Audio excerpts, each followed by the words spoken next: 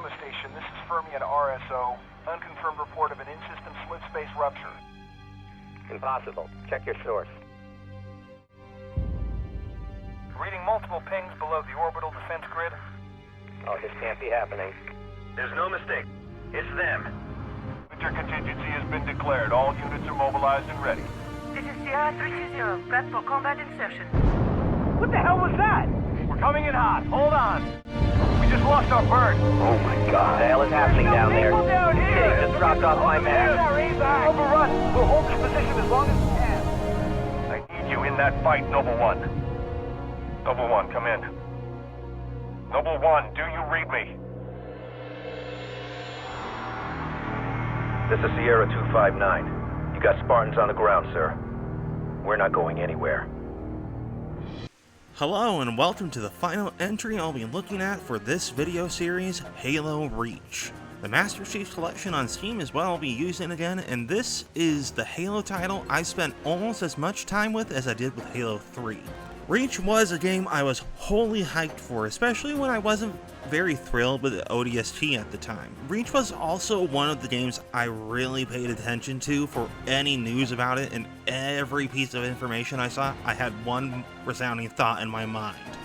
This game is gonna be my life now. Reach was my second midnight release as well, and I have to say, that was a fantastic time for me. So why was I so excited for this prequel to the Halo games at the time? Well, let's arm up and join Noble Team, enact the Winter Contingency to fight the Covenant, and remember Reach one last time, and leave the lone wolf life behind and try to answer just how good is Halo Reach.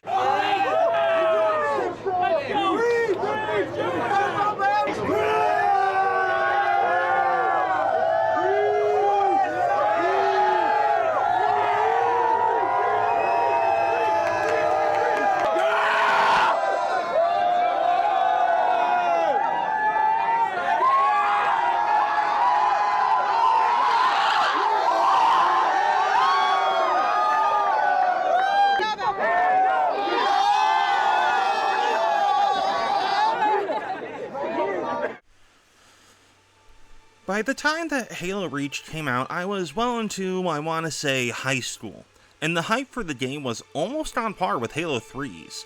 I wouldn't find out till much later that this would be the last Halo game developed by Bungie, and I have to say, they left the series with a bang to say the least.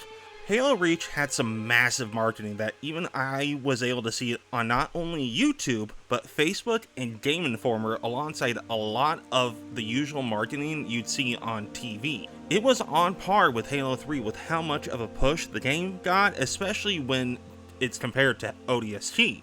And also finding out that Reach was a prequel to Halo 1 was pretty neat too, since I didn't know about a majority of the books for the series that even included the Fall of Reach novel. Now, if you're wondering which of these two are canon to the Halo universe, from what I could find and figure out is that both the book and game are canon, just with different perspectives. I haven't read the book myself, so I can't confirm that myself, and others I have talked to say Reach is non-canon altogether.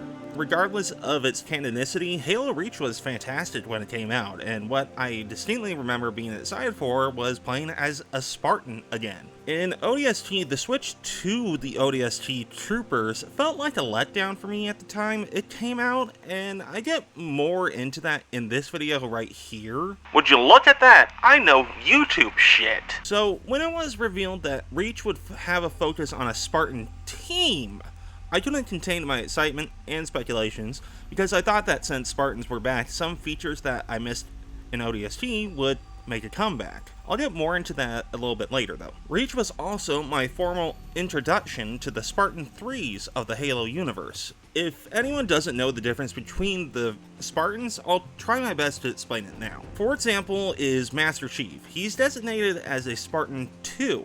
During their creation, the 2s were children that got kidnapped and replaced with Flash clones usually.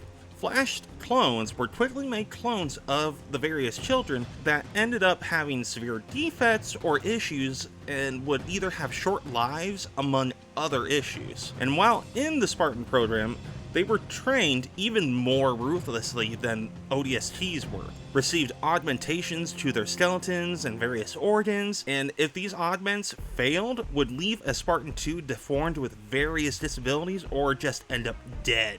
Out of the Spartan 2 program was Chief with roughly 34 successful augmented candidates out of about 150.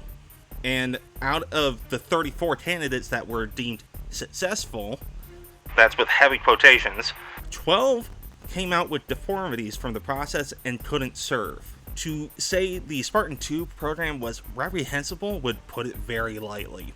It violated multiple crimes that would put the entirety of all involved in the project in prison.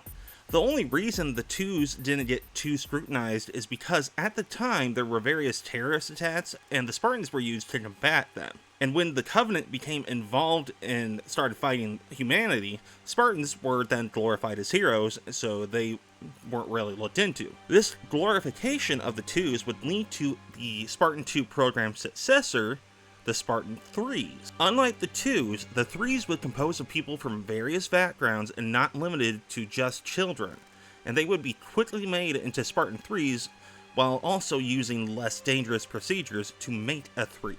But the 3s were created to be very expendable, and to take on missions even the ODSTs couldn't handle, with nearly every single mission that they took on a 100% mortality rate per mission.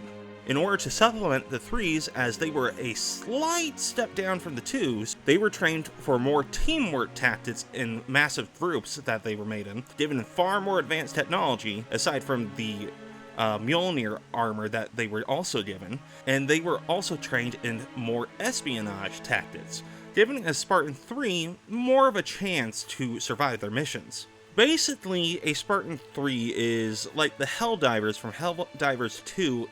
To simplify them just a bit, it's not an exact comparison though. So why am I detailing this so much? It's because in Halo Reach, the main focus is on Noble Team, a team almost made entirely of Spartan 3s, and one of the longest surviving teams by the time of Reach. They even have a Spartan 2 named George, and just by looking at him, it's noticeable how different it is between the 2 and 3 Spartans. This is also a way to explain why the Spartans seem a bit weaker compared to Chief from the previous games, because they're not meant to survive the various missions they get sent on. This makes playing Reach a different experience, and I will show later in the gameplay segment. But why go all the way back to Reach? What's the point of it?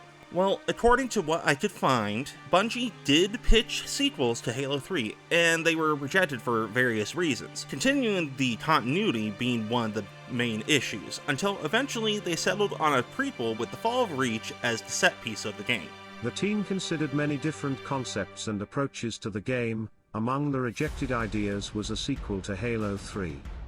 The team eventually settled on a prequel to the first Halo game in brainstorming sessions. It would take place on the planet Reach, during a pivotal time in the war. Reach, as a fictional planet, was just a great candidate to play around with. It's such a rich world, with such a great fiction surrounding it, said Leto. We were like, okay, that's it. We've just got a lot of things we can do there, so we can build an immense story with it.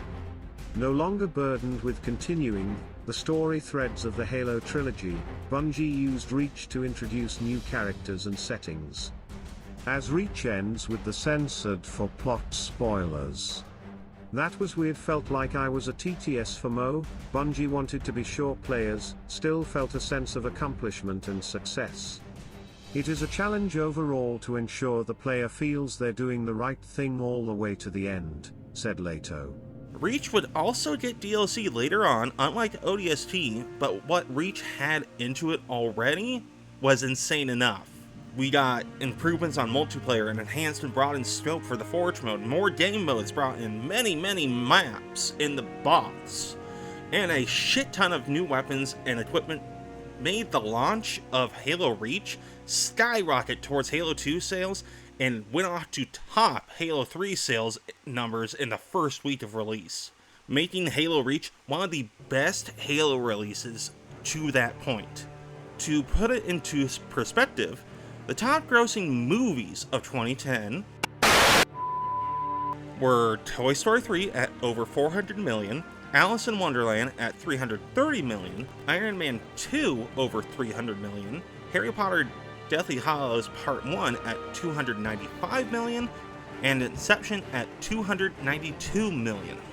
Halo Reach, on the other hand, made $350 in the first 2 weeks of release. Now, if you're looking at that and going, holy shit. Well, I'm of the same mind. How it happened would look like Bungie putting more of a marketing push, even more so than ODST, and expanding the audience to encapsulate not only Halo fans, but new people to bring them into the Halo ecosystem. Did the marketing work? Well, if the sales numbers are accurate, I think so. The commercials for Reach were ODST trailers on steroids, with standard teasers, a theatrical trailer with Deliver Hope, and one of the most unique ones, Birth of a Spartan, depicting how Spartans can be made. These trailers showed more of the Halo universe while also promoting Reach very effectively. Alongside previous titles, Reach hasn't received a remaster or new soundtrack. The Master Chief Collection version gave Reach enhancements though, so it can have 60 FPS and more graphic stability. In the original release, Reach used some type of technique that made things look better or worse depending on distance that helped maintain that FPS fluidity, though some of the models can be a little bit weird in places for some of the characters. All of the cutscenes being done in-engine and not pre-rendered is also amazing to see in real time. These are most notably with the Noble team. They have so much chemistry and interaction with each other. Because of this, they're more relatable and great to see like the ODST were, which makes what happens to all of them in Reach later all the more tragic. If you don't know about Reach, I'll get to that in the story. The campaign for Reach is probably my second or third favorite of the Halo series with just how well done it is. And Bungie went all out with what they knew with development at the time. Reach had more enemies, more big battles, more set pieces of grand scope, and some beautiful cutscenes in the engine like I mentioned, making Reach a sight to behold 14 years later. Jesus, I'm old now.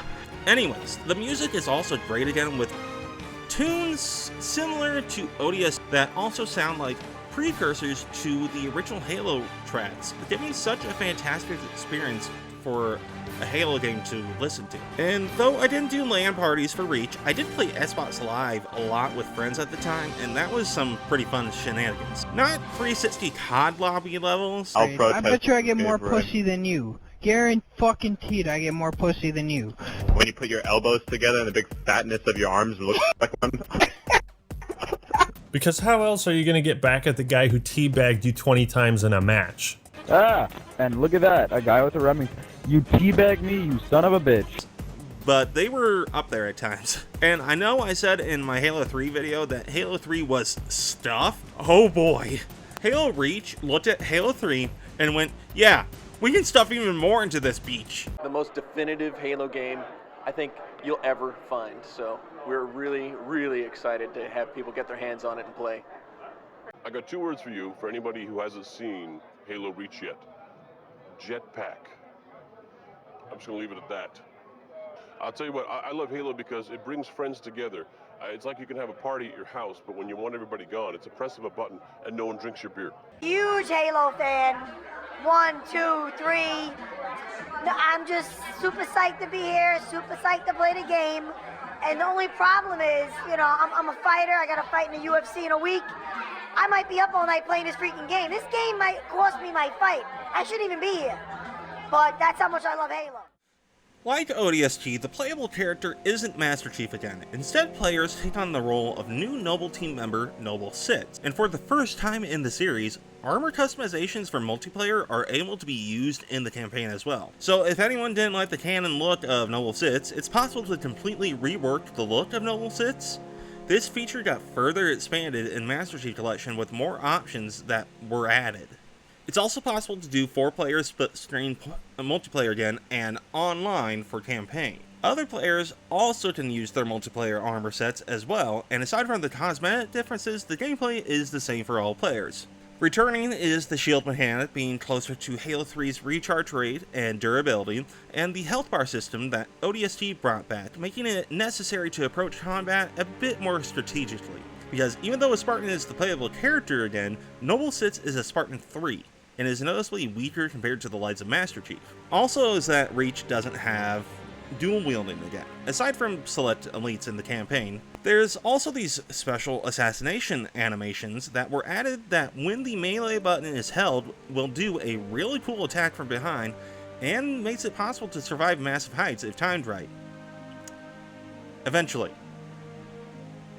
There we go.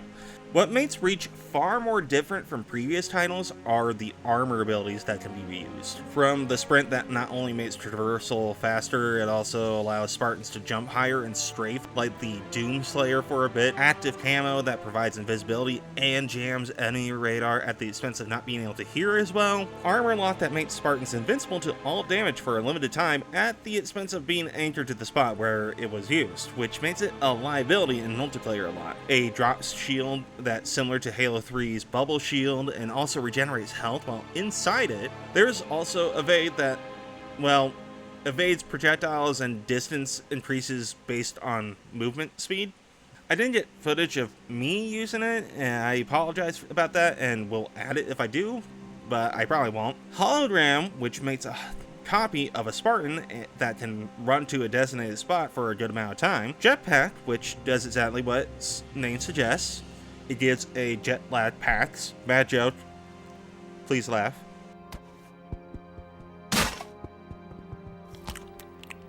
The armor abilities are what really makes Reach feel different from the previous games, and though some of them are extremely situational, they can still be fun to use.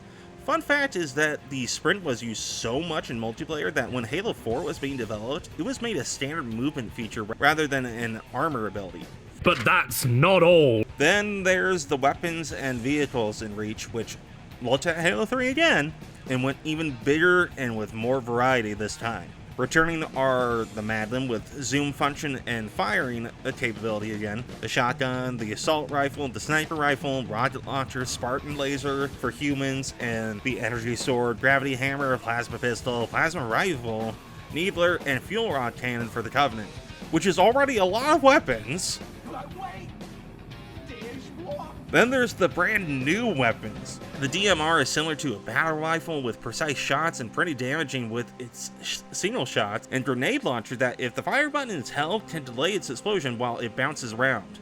And I think exclusive to the campaign is an artillery marker to rain down destruction with orbital bombardments. The Covenant also gets new weapons, the plasma repeater, an assault rifle variant of the plasma rifle that fires faster, percussion rifle as their answer to the grenade launcher, the needle rifle that functions like the DMR but can cause an explosion like its smaller needler counterpart, the focus rifle that's similar to the beam rifle sniper, instead it fires a constant beam of energy from a distance. Finally, the plasma grenade launcher, which has an ability to lock onto targets and fire homing plasma grenades.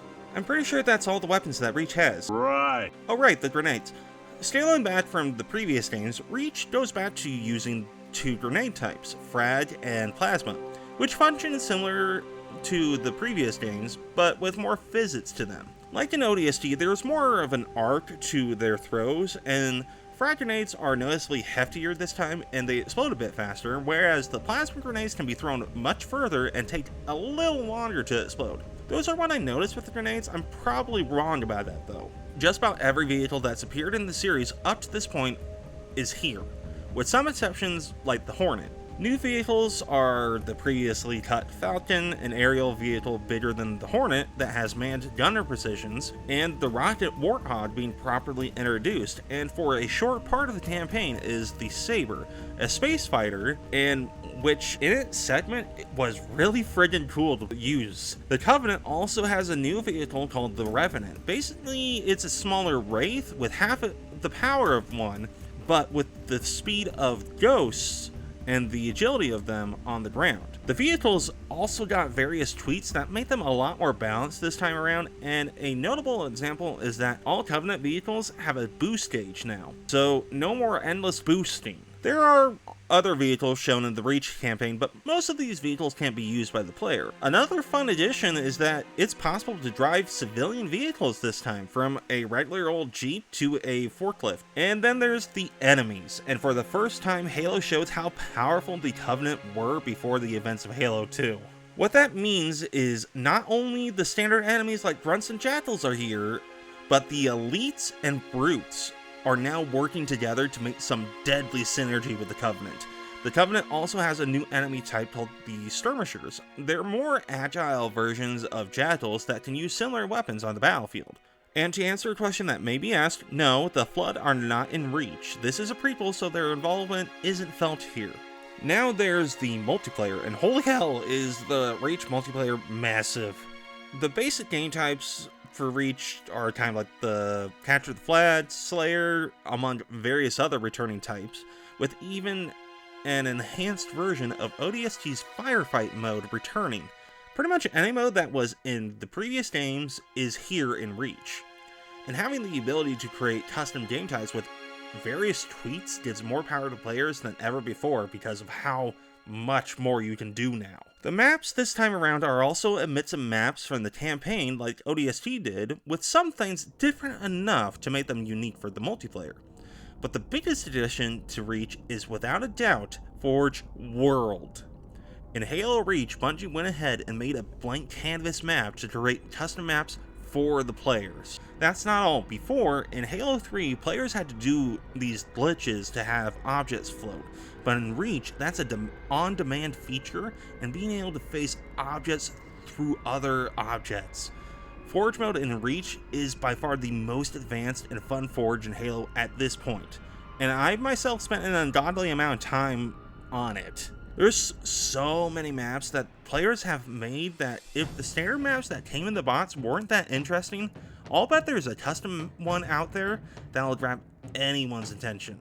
There's also a theater mode again that lets people record sessions and take pictures as before if that's of any interest. Reach is probably a prime example of a magnum opus. The product of a company taking what they've learned over years and console generations to give probably the most expansive, robust, and content-brimming Halo to date when it released in 2010. Bungie went out on a high note with Reach, if it wasn't obvious with how long this segment probably is taking me to finish. And the music and spectacular set pieces makes Halo Reach a wonderful send-off to a fantastic series of games, taking hopeful tunes and desperate times with the Covenant attack and actually being gut-wrenching when it needs to, with the set pieces being the most dynamic and fun in-engine things that Halo did to this point. Reach would also get some DLCs later on to further expand this already stuffed game, making it grow even more. Now it's time for the story, the prequel to the entirety of the Halo game series, and one of my favorite campaigns in the series to play through.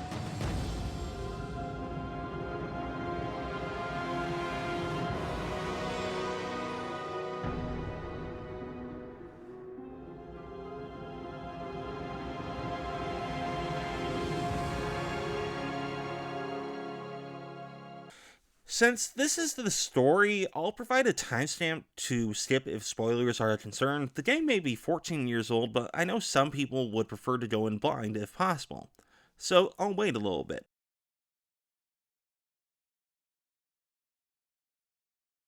Here we go. Halo Reach begins just a bit before the events that would begin in Halo Combat Evolved. Players take on newly recruited Spartan 3 called Noble 6, a replacement member for Spartan Team Noble Team, led by Carter with support from Kat, Emil, June, and the Spartan 2, George. What initially starts as an investigation into insurrectionists on Planet Reach turns into discovering a Covenant search team and an eventual invasion force in the Covenant-made Dart Zone.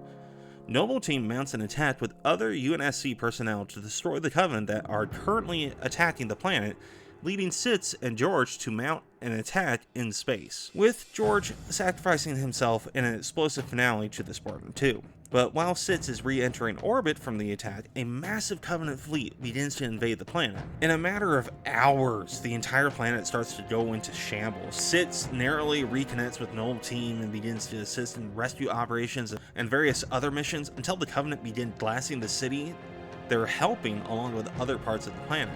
Noble begins to stretch when out of nowhere Cat gets shot, leading to another Noble lost. But Noble Team can't rest as they had to keep assisting where able and leading them to having to help Spartan 2 program creator Dr. Halsey to protect an artifact with what is revealed to be a newly created Cortana, who is a secretary to the artifact data. This part is a little bit weird in my opinion. Sitz is chosen by Cortana to protect her, and with her in hand, Noble Team is assigned to take her to the Pillar of Autumn to get her off the planet before the Covenant can capture her. June takes Halsey to safety, and the remaining Nobles mount a desperate operation to triage Cortana to the Autumn, with Carter having to sacrifice himself to take out the Scarab, and Emil being taken down while protecting the Autumn with a rail cannon. With Sitz being the last Noble left, is able to deliver Cortana to Captain Keyes, who was a lot different than I remember, and Sitz staying behind, watching the Pillar of Autumn fly away. The Autumn is then shown in a reenactment of Combat Evolved, kicking off the events of the game. But after the credits is a final mission as Noble Sitz fights waves after waves against the Covenant with some really cool effects, with the HUD getting damaged and fractured to the point it's impossible to see ammo, health, and everything else, until eventually being taken down by the Covenant. Apparently in the canon, Sitz was able to survive against this Covenant assault for hours alone before finally being taken down. After showing the now burning and glassed planet Reach is another post-credit scene cutting to many years later with a now recovering Reach and Sitz's helmet still there in the ground, and that humanity is attempting to recolonize the planet again. Ending Reach on a somewhat hopeful note after such a dramatic time. Keep it like that.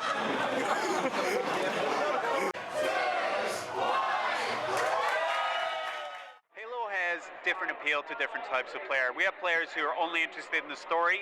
They'll play through campaign, they'll play co-op with their friends or their relatives. And we have people who are into the competitive, the hyper-competitive multiplayer aspect of Halo. And we have players who don't even like playing it. They like building maps, making machinima, making their own stories with the game tools. So really it has a very, very wide appeal to a very broad spectrum of different types of people. We have hundreds of people lined up outside in the rain, in a thunderstorm.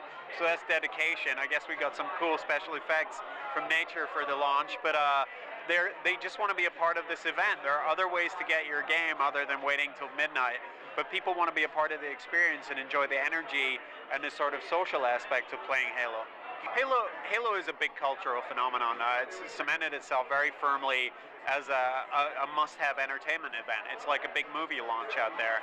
I'd just like to say to the fans, thanks for lining up at Midnight Madness events all over America, all over the world. We have people in the UK, people in Japan, people in New Zealand. Thanks to everyone for just making Halo what it is by playing it and loving it and committing themselves to it.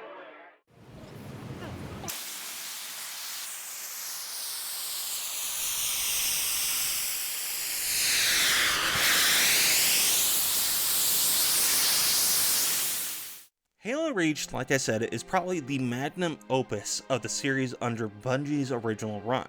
Reach took everything that Bungie developed up to that point, so much content made it into it, story and characters became more polished and enthralling, gameplay kept evolving beyond where they started with each iteration, especially shown with how much power they gave players with Forge mode being as expansive it became with Halo Reach. Reach had everything that a classic should have. Great story, characters, music, gameplay, arguably making Reach the best Halo in Bungie's run. And if I really had to put a ranking for all the games up to this point, and for posterity, I'm not covering the Halo Wars series, but will I cover the 343 run? The answer is God no, I ain't touching that with a 10-foot pole because of how all over the place their run went. So with the original 5 games by themselves, I would put Halo 3, followed by Reach, with ODST and Halo 2 at the same level, and Combat Evolved last. Halo 3 is what really cemented things for the series. It has some bits that I don't fully jive with, like 3. ODST and Halo 2 did things that really brought the series forward from where it started, especially with Halo 2. And Combat Evolved, though it started a great series and is still functional, and is a certified classic, it's not as great as the later entries of the series. I may get flack for such a hot take, but that's just my opinion. Everyone has their own opinion on the series and which one is the best and worst. But we can all collectively agree that 343 is annoying and rightfully got dust in his eye with a Spartan laser.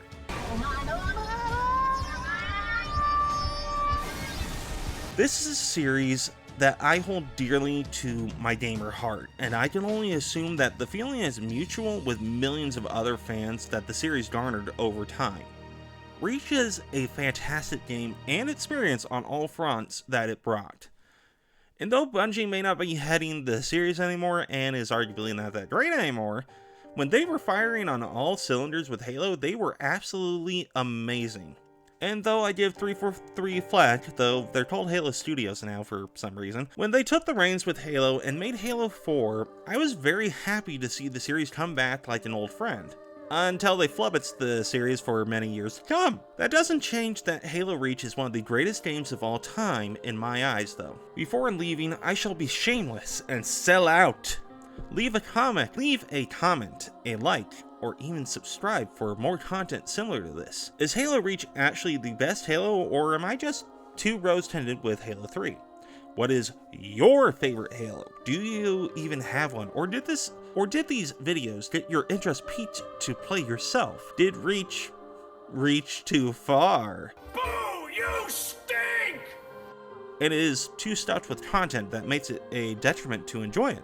I hope that this video showed just how good Halo Reach is and how it continues to be so many years later. And now, join me as we say farewell to the series with Cortana once again.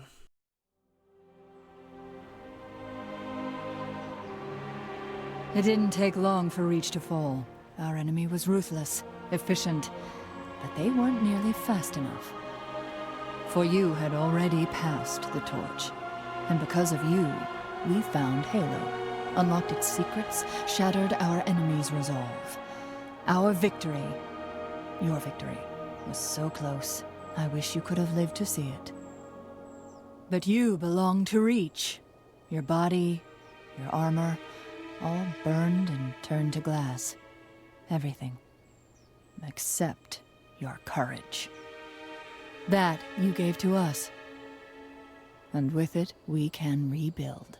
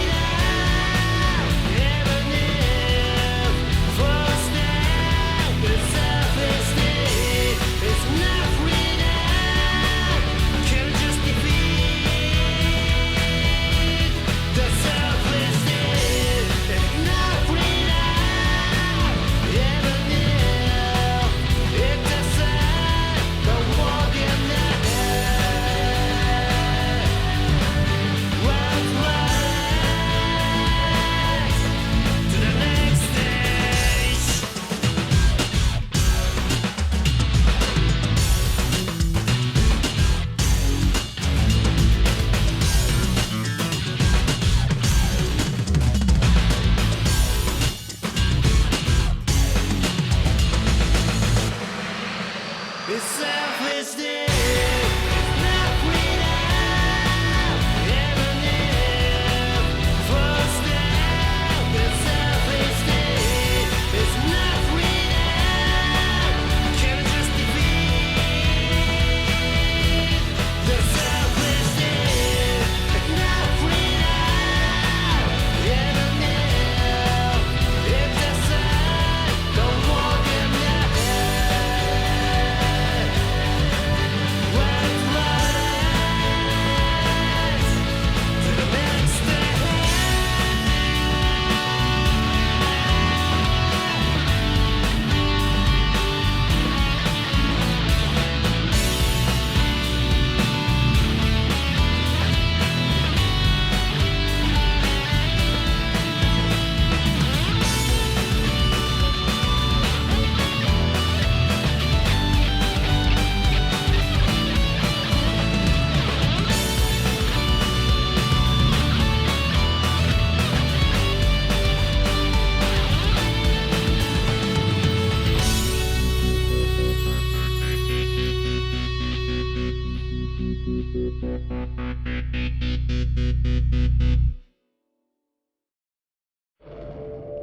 Rise and shine, Mr. Freeman. Rise and shine.